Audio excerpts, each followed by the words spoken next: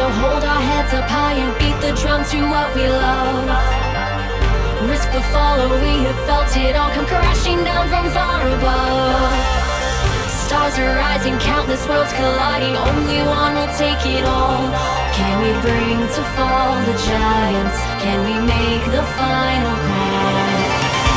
We are the ones to ignite the darkened skies, the champions of the world that we defy. A solo ride of the few who rise up high, and we all fight at the last light.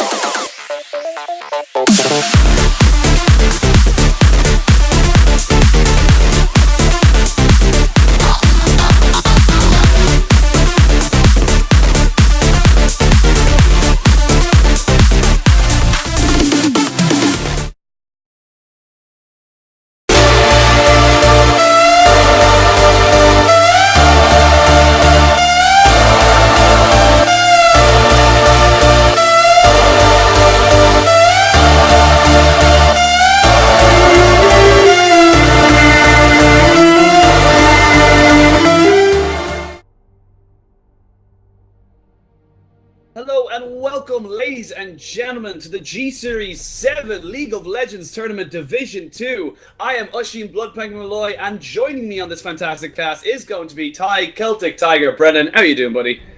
I'm doing well. Glad to be back to it. And it's been a little while. We've been off. It's been a while, and we have upgraded our stream. And for you lovely people watching this at home, we have done some serious background work to do some amazing works. Big shout out to Connor Nolan on that front. He has done an amazing job on this stuff. But we are straight into picks and bans. We are playing on 6.2. Jin has been disabled, as well as Shen, as he just went through a pretty major rework. But let's talk about the picks and bans.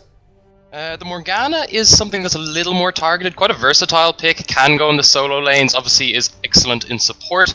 On the other side you have the Kindred, a really popular jungle ban that you kind of see sometimes overlooked, but when you see it in Vive's play, you can really see why she's banned. The power of that Lamb's Respite is really obvious. Graves, huge amount of burst, very little you can actually do about him, so good to get that off the table.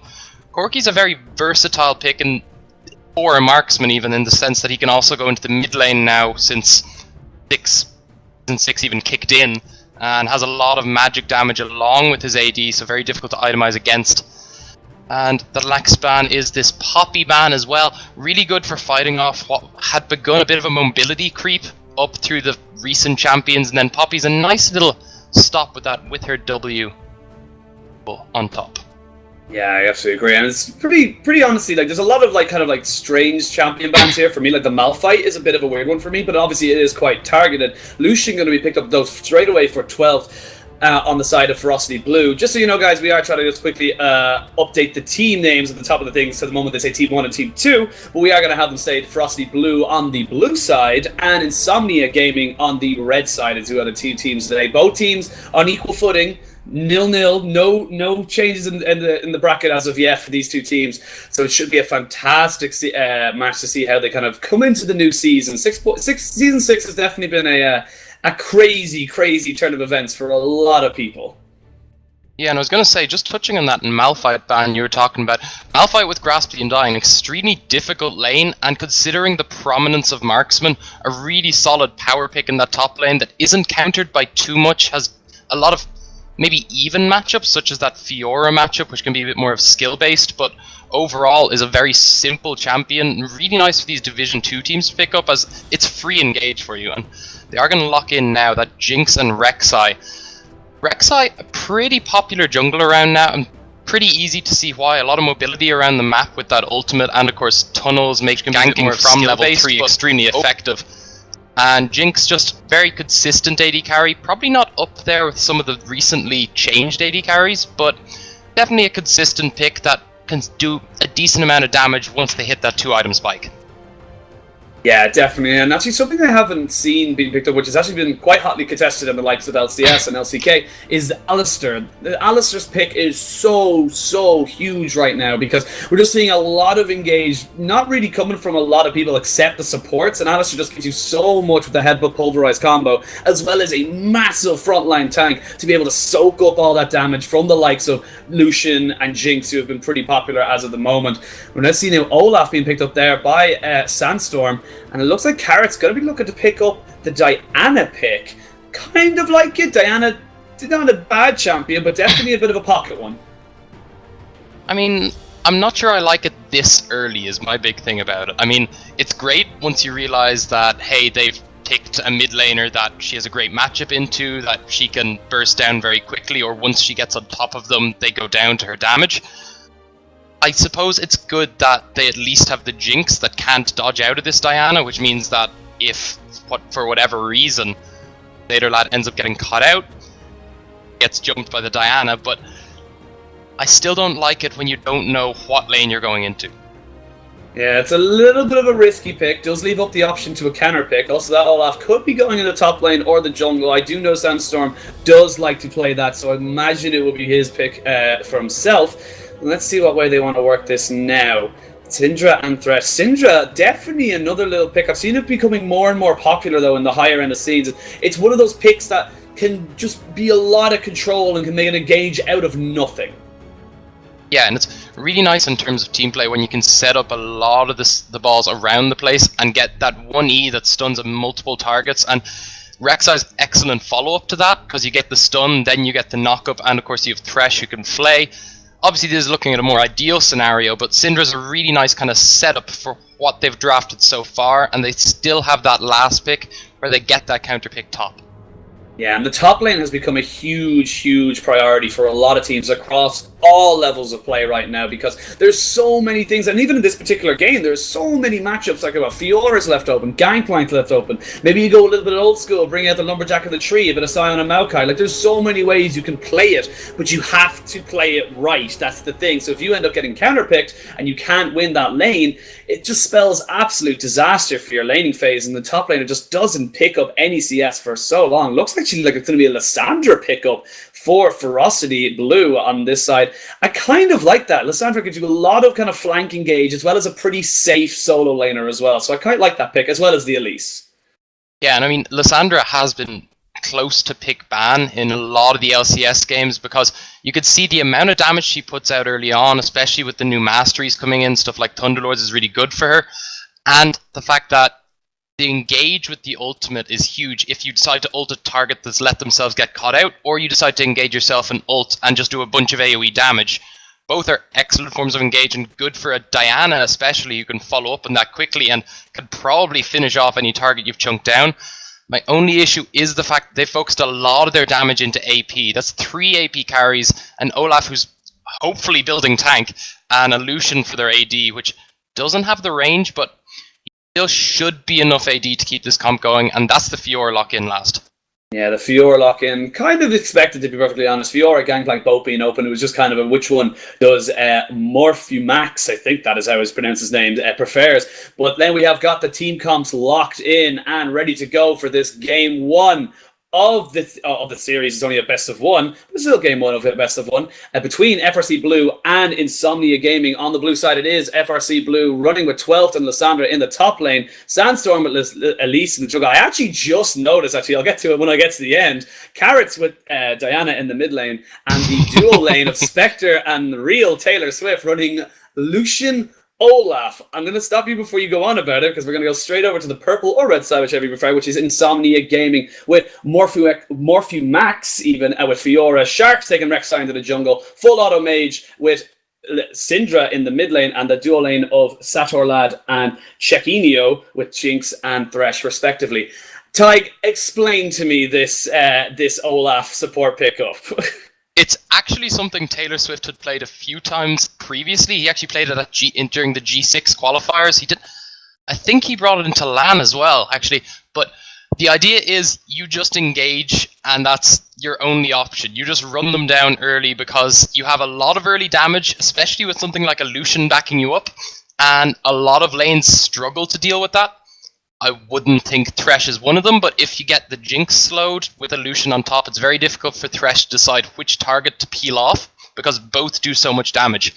However, if you don't get those early kills, it's really not a great pick. It's like a much worse version of Trundle support.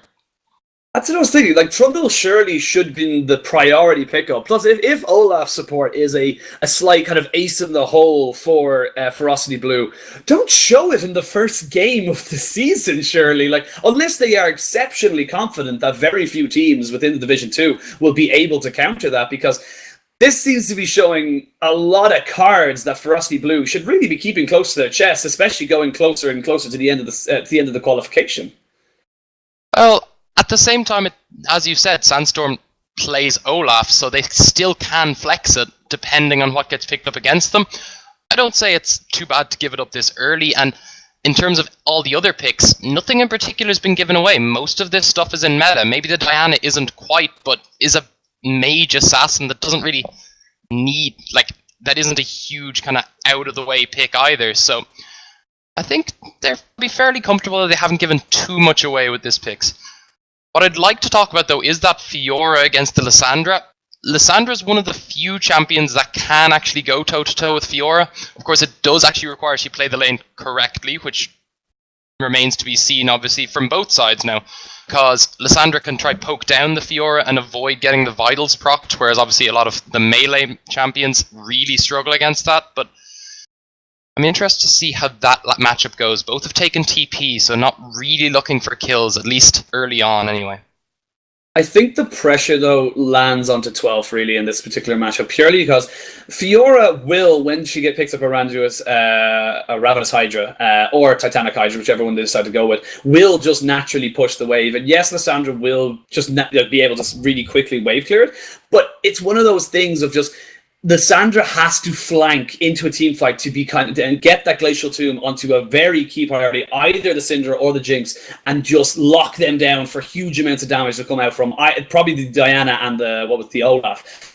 If 12th isn't able to do that, there's not a huge amount they can do apart from peel with the slows from the Q and the stun on the W. So I feel like, Fiora is a champion that can just naturally kind of bully the lane, get onto one champion. If it's the Olaf support or if it's the Elise jungle, can bully them, hit those vitals, and just make an awful lot more happen in loads of different ways, rather than the Alessandro is quite telegraphed that they either have to TP into a fight, find a priority target, or death claws, I like to call it, into a fight and find a priority target with that ult. I feel like that's very, very crucial for them to try and get onto. Yeah, I was going to talk in terms of team comps in general. It seems that Insomnia are much better set up for sieges, whereas it looks like Frosty Blue have kind of forced themselves into, okay, if we end up having to siege down something, we kind of just have to engage in them, because the wave clear is there. They have the Syndra, they have the Jinx on Insomnia's side. So on the other side, you do have a lot of things to facilitate and engage with that Thresh, Syndra, Rek'Sai, what we talked about earlier. So they really have to do that. So to do that, though, they have to pull some form of lead so they can attempt these kind of tower dives to get the objectives. Otherwise, they just have to straight up out rotate. So I'd say Frosty Blue have given themselves a comp that's a little more difficult to pull off, but is a little more based around comfort picks. So maybe that's what they're looking for. Yeah, we have 4 level 5 masteries versus 2, though, guys. I know you guys can't see the champ select, but we can. So we might see a couple of spams when we go into the rift. Just so you know, ladies and gentlemen, this is a best of 1. It's not straight knockout. It's a qualification. It is 6 rounds for the Division 2 and 6 rounds for Division 1. So every team will play 6 games. And after this match, we have got a Division 1 match between Zodiac Gaming and Infinity Gaming. That is going to be awesome. It will be also cast by myself and the fantastic Celtic Tiger beside me. But nonetheless, ladies and gentlemen, we are on to the rift for Game 1 of the 2016 spring season of G-Series between FRC Blue and Insomnia Gaming. I'm excited. I couldn't tell. Let's, It's been a very long time, Tig. It has, too long, but I think an interesting start from both junglers, neither opting for that refillable potion. Honestly, not hugely necessary, especially you see in 5's play, because realistically, especially with these kind of junglers, once you finish that first clear, you have the regen that you really don't need the potion again, so refillable does become a bit redundant. And this makes it's a little easier for them to gank at level 3, and both junglers are people who should really be looking to do so, because they have huge power, not huge power spikes, huge levels of engage at level 3 that facilitate these kind of things. So I'll be interested to see if either jungler actually waits to get a counter gank, or if they both just end up meeting in the middle. Yeah, looks like they're going to be pretty standard, though. There was a slight deep ward there onto the red side of Ferocity Blue, but that's not as deep to really pick out any kind of shenanigans, as I like to say. Unless we are waiting for the minions to spawn. The boring start of the game. Even though they tried to pick it up, they tried to increase the kind of like the start of the game, or decrease the wait time, I should say. It really, really is just a very boring minute and a half until they actually start doing anything. Well, it does mean that if you decide to go in, it's a lot easier to punish people who end up out of position if there is a level 1 engage, but there isn't this game. Now the team's willing to take the risk. Again, first game, it is being streamed as well. Let's not go straight into the risky plays. Let's see what we can pull off. Let's see exactly what we can get now. Nothing too crazy, I imagine, from the start, but I do want to pick up, actually, just what you said there, the ganks that should be coming out from both of these top junglers, I should say, because they both have lanes, apart from, well, one lane each, I should say, that has its own kind of CC to set them up. So that's perfect for someone like a Rek'Sai or an Elise. Elise, if you can get a stun onto, say, Fiora in the top lane, Elise can then combo that up and chain it with a cocoon. Likewise, on the other side, if you can get, say, a Syndra to get the scatter the weak stun onto Diana, then you all of a sudden have this great knock-up opportunity for the Rek'Sai. So there's a lot of potential for some early ganks, as you said. It looks like a lot of pressure being put down on top of Morphumax in this top lane. Really, really being punished by the range of Lissandra. Yeah, and that's what I was talking about earlier in the champ select. I mean, if Lissandra plays it right, Fiora shouldn't be proccing vitals, because you can sit out of that range, you can simply auto down, or just auto out the minions, just wait till your passive comes back up and then use that to poke the Fiora out. And if she's not able to proc vitals, it means you can't use that Grasp the Undying proc that's become so popular to use on Fiora to just get quickly in. That's going to be possible engage in the bot lane. Yeah, hook just to throw out there from Chequinho. Just making sure Taylor Swift knows that he can hit them, and they're going to really back away. But we actually see an engage now in the jungle, or in the river, I should say. Sharks has to get the hell out of dodge, but the rappel goes up. It was just out of range. Sandstorm trying to lay down his mark in this jungle, but not quite able to get anything there. Just going to get the Scuttlebug, though, if you see on the mini-map. And pretty standard start. No one really coming too far ahead. Like, it's pretty even across the board. Jinx will take a little while. Obviously, the pressure is in favor of Ferocity Blue on this particular game. The Olaf acting like an AD Karma, just throwing out Qs and Qs and Qs. But it should be pretty damn even when they go to first backs as well. So I don't think we're going to see anything too crazy unless someone makes a mistake. Yeah, but is this going to be it? Not quite. That's going to be the hook missing, but they're still going to go for something. Not really. Okay, it's probably a better idea to back off at this point, but as you can see, Taylor Swift is kind of running himself out of mana with these Qs. At the same time, it is doing a good job of pushing in, so it means Lucian is going to get those earlier items as long as they continue to CS in the continuous CS lead in their own favor. The other side, we might see something happen top. You can see Elise sitting around there. Actually, I wanted to talk about that Elise engage earlier. Just a slight delay is what cost them that. Could have gone well, but here's going to be the gank top. Here's the gank top. Repose was already used. There's the claw coming out as well, but he's going to be able to get a nice flash cocoon, and that's going to be a kill. First blood going over to Sandstorm and Ferocity Blue. Well chained there. Yeah, and making up for that slight delay earlier. No delay in that flash forward, and a really nice flash cocoon to simply get the kill, and that was well secured, and yep. It was a very good product. Like, the problem, I think the fear is that you hit those flash cocoons and it's a nice job. You miss them and everybody in Twitch chat's going, oh, rip the jungler, and that's the pressure you have on. So it's good to see, especially in these early stages, that, you know, these teams aren't afraid to make those kind of calls to kind of go, no, we can flash onto this, we can get this. And honestly, just good timing as well. The riposte was down, the flash had to be used. And it just overall a very, very nice play on the top lane from the side of Ferocity Blue. As we see now in the mid lane, Sandstorm trying to see if he can get something else. Maybe able to cut a cocoon onto City, but there's actually Rek'Sai as well. Sharks is there. So this could be a nice little 2v2 tango in the mid lane, as you see in your mini-map. Let's see how we go now. We're going to try and get it. Scatter the Week comes in. Flash on the carrots there. Trying to get the knockoff. He just about gets away. The exhaust did go down, though. They're going to have to back away. Not a huge amount of mana, though, onto FAM to get more onto that one, but they do blow the flash from Carrots, and that's something Carrots is going to have to be very careful of. Diana, not the most mobile of getting away from people, very good at getting people to her. Yeah, but I mean, that exhaust being down is actually really big for this lane, because that means Diana hasn't even hit 6 yet. The exhaust being down means as soon as she does hit 6, that's going to be a pretty free engage for them. Yeah, and it's just going to be so much easier for them to try and just kind of bully out, as I say. Ooh, the hook from Good Guy Minion, or lands on Good Guy Minion. Taylor Swift got to throw back another one. They're so low. They're actually level 6 has not quite been hit, though, by Spectre. I feel like if he had it, he could have used the culling and maybe picked himself up a kill. Sharks looking for something in this top lane, but that's an incredibly big wave push up to the tower. I don't think he's really going to find anything, but he might stick around for a lane gank. See how he wants to work it. But the bot lane was forced back, and advantage is to Ferocity Blue on this bot side.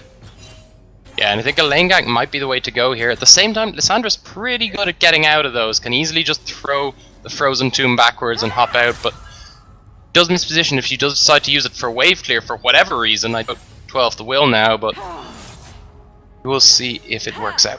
Level 6 though, so that Glacial Tomb, or Frozen Tomb I should say, not Glacial Tomb. Here we go now, they're trying to get on top of it. Ooh, flash away immediately. And that's a summoner down, as we see now Sandstorm. Oh, he lands the cocoon out of nowhere, forces the flash away from FAM. And that was a pretty swift spider there coming from the jungle, didn't even hesitate. And Sandstorm making a lot more impact in these lanes than Sharks is. Yeah, and it seems that just the cocoons seem to be landing a lot more consistently than even when these Rek'Sai knockups are landing. It seems that he just a little bit not in communication with who he's ganking for, and they just don't seem to be coming off. 12's very low on mana though. Yeah, very low mana indeed. No flash. They're going to pop down the Grand Challenge. He's going to get the... Oh, the claw was good enough. And I just feel like Sharks just needed to wait a second just to keep that delay going. They do end up keeping him out of lane, though, and that will force a little bit of a CS difference now. Probably about 10 or so in favor of Morphomax, or Morphumax. As we see now, more pressure being put on the Carrots. No ultimate from FAM. Carrots trying to go in there with the ultimate as well. Then everyone seems to be getting a little bit antsy, and as I say that, Spider rolls into mid lane. They're going to land the cube from Diana, and the cocoon, and the ignite. Everything's just going wrong for FAM. He goes down, and Carrots picks himself up a kill. That is pretty huge. Yeah, nice little kind of wait there from Sandstorm, realizing that Diana could pick up the kill, and it's going to be a lot more useful on that Diana. So now we're going to see Diana really take control of this lane. Once that Abyssal's finished, really difficult for Syndra to even attempt to trade. Has to poke out and really struggles once engaged upon. Yeah, the Syndra, great at kind of keeping people at a distance, but when that distance, actually, I need to talk about this now, as the Sator gets jumped on. There's the exhaust, I should say, and now Chequinho's in a lot of trouble. Taylor Swift trying to tank up, good flash away from Chequinho. Taylor Swift does survive, does blow his flash, but it's another advantage in the bot lane for this FRC blue side. And you've just got to think that everything just needs to be kind of going right for them. They have a 2,000 gold lead at nearly 10 minutes. They've got CS, pretty much CS leads apart from the mid lane, but even then the kill kind of cancels that out. They're doing everything they need to do right up until now, so they've got to be sitting pretty. And looks like that's what they're going to do. I mean, they're all backing now. They're all kind of picking up the useful items. I mean, I think what's going to be a huge power spike for them is when you see Sandstorm finish that Runic Echoes, because the amount of damage that proc does and adds to that Elise combo is huge. It means Elise can almost solo the laners, that they are not even in items. That if the game keeps going as it is, they're absolutely not going to be even in items. Yeah, it looks like Carrots going towards an Abyssal Scepter first. Early Swift Boots actually picked up by Sandstorm. I quite like that pickup actually, but just to keep the pressure in the lanes that he's had so much success doing. Chequinho throwing out a random hook. And a pink ward going to go down. The first one I've seen all game, all season. That's the first one as Sandstorm starts to maybe move up here. He looks like he wants to try and snowball an advantage up in this top lane. He might be able to get something. This could be dangerous. Yeah, but they really should be pretty easy for them. Just need to get more, just go a bit further forward for them. Wave is pushing in favor of 12th right now, so he needs to stop throwing those Qs out, or else that gang's not going to come off, and they realize this, so they have to back away. Yeah, a little bit of wasted time there for Sandstorm. I feel like 12th, as he said, could have played that a little better rather than throwing the Qs out for the CS. Could have maybe given up one or two for the greater good, but not to happen there, and I feel a little bit of a missed opportunity. More sitting safe now at the moment. As we see now, 12th gonna take that ward. Nicely done, sitting on top of the ping. So, but I want to see exactly what way Insomnia want to work this. Excuse me, because they have a team that's great, like Fiora, great at 1v1ing Rek'Sai, and actually Rek'Sai, speaking of which, might be in a little bit of trouble up in that top lane. Needs to get out of dodge as we look at the mid lane. But seems to get out no problem at all, try to get that ping. But as I was saying, like Rek'Sai, great for kind of jumping in a 2v2 situation. They're looking for these kind of small skirmishes to give themselves advantages. But every time they've gone looking for them, they haven't really got them. As we see now, Morph trying to go a little bit aggressive with the riposte. Dark's looking for a little bit more vision in his own jungle. Still only a 2,000 gold lead for Ferocity Blue. See what way they want to work it. I haven't managed to get anything yet. Sharks is going to go in that mid lane though. Here we go, Sharks gets the flash out of Carrots, and I imagine he will be coming back to that lane relatively soon enough, probably within 5 minutes, but who knows. And that actually could be a little bit of a problem though, because if they can kill off Carrots, could have fit a bus through those minions. How Chequinho missed everything there, I'll never know.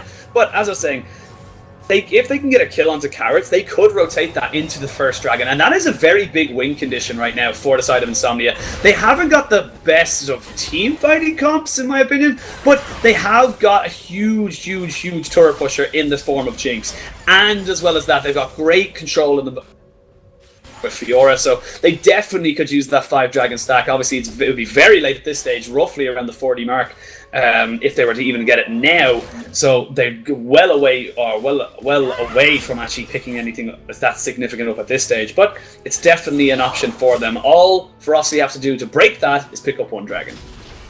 Yeah, I think what I'm waiting for Ferocity, though, is I don't understand why they haven't attempted a dive bot lane, because you saw the Olaf, how long he can tank that tower, and of course use his ult to just tank up all the CC as well. He was able to run through the Jinx Chompers and eat both the Flay and the Hook, so once those are down, it's pretty easy for Elise. We're gonna catch anyone. Oh, Cocoon lands. FAM needs to flash away. He tries to get the scatter of the week, but he's just gonna back away. Sharks, though, finds himself on the wrong side of this, and he's gonna walk straight into 2 more people of Ferocity Blue. He actually procs the dragon as he goes in, tries to find another tunnel. There's the ignite. He will go down, though. The Cocoon lands in the end as well, and that's gonna be 2 more kills going over Ferocity Blue and the dragon. Sharks, really, it looked like they were trying to go for something in that bot lane, but it just didn't. You're not Wild Turtle. I don't care who you think you are, Sator lad. That's not Wild Turtle. But again, it just doesn't quite work out. Actually, Spectre might fancy himself on that one. Does get the double taps to take the ward. But again, it's just a weird sequence of events there from Insomnia Gaming. It looks like they were setting up for something, didn't quite know fully any information at all on where Sandstorm was, and it completely backfires on them. Yeah, and they weren't paying attention to what was happening in the mid lane at the same time, because you could see they were originally looking for a 4-man gank, but as Syndra was roaming down, ended up getting caught out. Sharks didn't realize this at the same time and kept moving forward. He needed, as soon as Syndra was caught out, he needed to be out of there, but ended up being too far in at that point and running into an Elise on his way out. Yeah, see what 12 very good at holding out on that stun. It seems to be that Morph wants 12 to just automatically use that kind of ring of frost to be able to get the stun off, and he's not falling for it. He's constantly being able to keep it up and going and keep this lane in his favor to an extent. Sharks, though, trying to look for something as well. They're maybe looking for something. There's the freeze, though. The Frozen Tomb comes down. Everyone's so low. The red buff is ticking. He just needs a Prey Seeker. What Prey Seeker? He gets it, and that's a good kill there. Insomnia finally picking up their first one. Yeah, and they really needed that. And the other side, though, Sandstorm's going to try go for this, but actually a really nice ult there, but that's going to be the engage. Great hook there onto the bot lane, but it's actually going to be a turnaround as well, as real Taylor Swift ends up popping his ultimate. Sandstorm, though, trying to make this a fair 3v3. Oh, Sator lad is by himself. He needs to pick up a Lantern and pops the heal as well. Now FAM trying to make something happen. Carrots coming down as well. Everyone joining the party. It's a level 11 versus a level 10. Oh my god, the Abyssal Scepter doing work there and able to completely chunk out, and that blue is just an icing on the cake.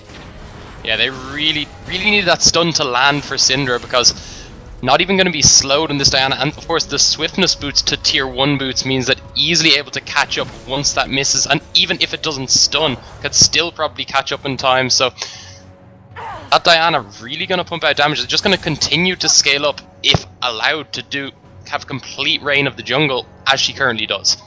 Yeah, when that Crescent Strike lands and you just have the Lunar Rush that doesn't even cost anything, so even if you flash away, it's not going to matter a lot because they have got another reset on it, and it's just so difficult to deal with. You need to be, honestly, in these team fights, it's a huge amount of pressure onto Sharks and Chaquinho to CC this Diana and this Lucian down. Because if they aren't able to do that, the mobility of Diana in terms of actually engaging on top of squishies and the mobility of Lucian to be able to reposition and get good opportunities for piercing lights is just too great for them to deal with. Yeah, and I actually really like the way that, the sense that Olaf's just running straight at them, which seems to be completely confusing Insomnia in the sense that they just try blow all their CC at once, not realizing that, of course, can't do that versus Olaf. That's kind of his thing. So they're kind of just baiting out all the CC with the Ragnarok in, and then they just follow up with the rest of the team. And as long as it continues to work, I don't see why they need to change it. Oh, Sator lad needs to pop his flash, I should say. There comes the culling, and he will be culled. Taylor Swift, though, being the bloodthirsty support, takes that one. And that is another kill, and this is just snowballing out of control right now for the side of Insomnia. They're just not able to get a foothold in this game. It's just, they just seem to be slowly falling further and further behind. It's now a 5,500 gold lead. Oh, FAM, he is going to get almost bursted out. He will eventually get there, as Carrots did get exhausted to prolong the inevitable. But again, 8-1, one tower, one dragon, and it's just, you just feel like it's just one team fight from going, oh, riposte miss, but one team fight away from just going very, very wrong against Insomnia. I mean, it already is, though, at the same time. It's 8-1 in kills. That's a 6k gold lead, and Taylor Swift now being given free reign as Lucian can push alone in that bot side without any wards, really, just not really scared of who shows up because he can get out of there in time. So if Sharks manages to punish it now, but he's already backing out. Yeah, sought out by the blue trinket there on the side, just at the blue buff, I should say. As we wait to see what way they want to work it. But Sharks has been caught out. Now he's on the wrong side of this. The crits, he flashes and he tunnels. Sandstorm flashes with him as well. He gets the Q and he gets the extra auto attack. It's going to mean another one death for Sharks. Now 1 and 2. Not really the best of games from him. It's just really not going that well. Top tower is going to go down now as well. As we see now, FAM just forced to clear wards in the jungle because he's just so afraid of getting ganked.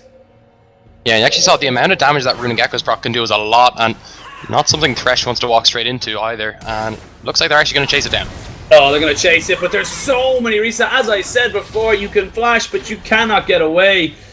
Carrots is now 5-0-1. He's got a 20 CS lead in this mid lane, despite the early pressure from Sharks and from FAM to really put this Diana down.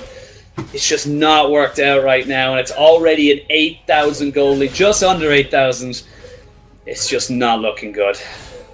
Yeah, and I think Diana has complete control, no mana, and still decides to go in, but Taylor Swift and Sandstorm on the other side can still probably get the kills alone. As you saw, the amount of damage Elise is pumping out is not something that Insomnia have the items to deal with, and in terms of rotations, Frosty Blue, maybe not the most impressive rotations they could be making considering their lead, but at the moment they're still systematically doing it, if a little slower than maybe some of the Division 1 teams would. They are still making rotations that are giving them advantages consistently. Aw, the Rift Heralds didn't even get to play with anybody today. That's upsetting. He had no fun, and that's all his purpose is be there for the first 20 minutes, and maybe someone might, decide to go for you. It's useful for Devourer junglers, actually. It does give 5 stacks, but I hope that we will not be seeing too many Devourer junglers over the next little while, but we'll see anyway. On the other side, I mean, it can be useful if you are already winning, but it's not useful for teams that want to trade objectives, as it doesn't really offer that much if the waves are just being killed anyway. And Carrot's going to jump in again. Cecchino, not the place you want to be. They actually lose Dragon's that as well. 11-1, and apart from that one kill that's gone on to Sharks, that was up on 12th in the top lane, this is like reminiscent of a perfect game as FAM gets jumped on by Taylor Swift. Again, this could be as close to a perfect game as it possibly can, or what we might actually possibly see. 9,000 gold lead now for FRC Blue, and they're just going to keep pushing it to this mid lane. There is nothing that they can do about it on the side of Insomnia Gaming, and I don't want to say it, but I feel like this game is pretty much already signed, sealed, and delivered. It's not looking great when you jinx ult to wave clear, but no. Yeah, we'll see. Ferocity are going to keep pushing the advantage. I mean, they are low now. They should realistically back off and just regroup and continue this siege. That's what I was talking about the champ select as well. They don't have great siege, so they have to use these rotations to actually get towers or engage. At this point, I'd probably go for engage, considering they can one-shot most people on the enemy team, but right now they're just looking to get rotations, get those outer towers, and then maybe try siege up the mid lane, try dive those inhibitor towers with the Olaf, because once they have the items from this huge CS and kill lead, there should not be a struggle doing. No, Morphumax was left in that top lane just to try and split push as best he could. Did pick up a turret as a small silver lining, but picked up an outer turret for the sake of 2 inner turrets. not exactly worth, in my opinion. But one could argue what would have been the point of Fiora being in the team anyway, because they wouldn't have been able to do anything. Syndra, though, forced to go with a Sonya's first. That is going to delay the power spike for FAM so long. It's going to be so difficult for him to get his damage off that I just don't know what else they can really do. They're just so far behind. I also really dislike this first pickup from Sator Lad. As I say that now, he gets completely engaged upon. They're going to try jump on him. He's still technically alive, but not for very much longer, as everyone's just jumping on the Sharks now. He actually jumps out one of the many ultimates. Shaquinho just trying to get one kill. He will pick one up, though. Just took a little bit too long for Taylor Swift to get away from that turret. But that is the third and last second tier turret to go, tier 2 turret even, to go down. FAM, you have no mana. Don't really know if you can do this. And Morphew just going to keep split pushing. And honestly, this is probably the best call from Insomnia Gaming. They can't do anything outside of their base. Yeah, and I think the bigger issue there is also the fact that rushing the Zhonya's means you don't have consistent wave clear from the Syndra. At least go Abyssal so Diana jumping you doesn't immediately kill you. At this point, you're already so far behind it doesn't really matter, but yeah, the Athenes even would have been a nice pickup. Pretty much anything else, because all Zhonya's is going to do is have you sit there for 2 seconds and then Diana kill you, because your team isn't consistently with you, and Diana could just change target at this point because there's plenty of targets for her. Yeah, as well as that, there isn't a huge amount of AD scalings on the side of Ferocity Blue, so the extra little sheet, like armor resistance or armor you get, is just not really that worth it, because there's just not that many people who are going to be doing that AD damage. So I feel like it's definitely missing a trick or two. The Abyssal probably a better pickup as well in the longer scheme of things. And Taylor Swift, he doesn't know what to do. He's like at a birthday party now. So many wards. Yeah, but not for long. He's taking them all out, and this could be a free Baron for them. They do have the pink ward on it. They can clear out, they can bait it if they want, but looks like they're just going to go for it. And Fiora's in that bot lane, needs to TP in soon, but it looks like they might just be giving it up as Jinx is backed. Yeah, great wave clear though from the side, or not wave clear, ward coverage from the side of Ferocity Blue though. Great, and actually here comes the Jinx ult. That was a miss smite as well, about a second later, and that could have been a steal. We're going to see them all disengaging now. Baron does go over to the side of Ferocity Blue, and this is pretty much going to spell the end, realistically. They have extra stats, extra bonuses on their minions. They are going to be able to do so much. And actually what I wanted to say there at the top turret before everything kind of went crazy was that the first item IE onto a Jinx or onto anyone in particular, anyone in general, I think, is just really poor. Oh dear, I can't even talk for 2 seconds without Morpheus getting jumped on. Just expected to have health, with the flash and tomb from the side of 12 to me, so he is a dead man. But yes, as I was saying, the IE is actually a multiplier of damage, and oh my god! That was disgusting. At the same time, though, it is actually a fairly common pickup at the moment because the build path is so nice, and it means it's high AD as early on as you can get it, but they're just going to dive it now. They don't really care what items are built, and there's the Zhonya's eventually coming useful. Yeah, it does keep them alive, but they lose inhibitor number 1 on the bot side, and that's going to be Carrots just jumping in and deleting FAM on that side. That was huge amounts of damage, and not really too much surprised by that, because he has got pretty much all the items he really needs. Add a Death Cat to that, and then it's just unkillable, or unsurvivable, I really should say. Inhibitor Tower 2 goes down as well. This is looking like it could be a very methodical and quick win for the side of Ferocity Blue as they look to just push up to the top lane, use the Baron to its full extent, all these inhibitors down, and then look to end. Yeah, I mean, the inhib line is really where Insomnia needed to try holding. In fairness to them, sending Morphew trying to get those towers was actually the best advantage they could pull during those sieges, but they needed to stop once it hit the inhib line. They weren't able to, and now they're getting jumped under. Yeah, everyone just kind of jumps in. Carrots with a great Zhonya. It's good. Ring of Frost, though, means they're locking up everyone on the side of Insomnia. It is going to be Chaquinho going down first. And now there are just super minion, double super minions in opposite lanes. It's going to be a field goal there for Jinx as he misses the ultimate. The Super Mega Death Rocket goes absolutely wayward, and Carrots is not done. Uses them, everybody to bring them in, trying to jump onto Morpheus, but it's going to be killed there by 12 using the ultimate. And everyone is being jumped on right now. Good traps, but it's not going to be enough. Sharks needs to get out of there. Nexus turrets are going to fall, as well as Saturlad, just one for the road. And that is a huge win for Ferocity Blue to start off Division 2. Yeah, and Carrots really showing some dominance in this mid lane, and that's going to set a tone for the rest of Division 2. Will we see them continue forward as they did in such a domineering performance? I don't know, but looking forward to finding out. Yeah, absolutely. That is going to be the win going over to Ferocity Blue. Congratulations to them. Commiserations, though, to Insomnia Gaming. It looked semi-decent in the early game until it all kind of collapsed. But I hope they will come back just as strong, or stronger, I would hope, in their next game on Sunday, or next Sunday, I think this is the deadline. But guys, we are going to have a quick break. We will be back very, very, very soon with the Division 1 game between Zodiac Gaming and Infinity Gaming. They are kicking off the Division 1 with style. Hopefully we'll have a fantastic game.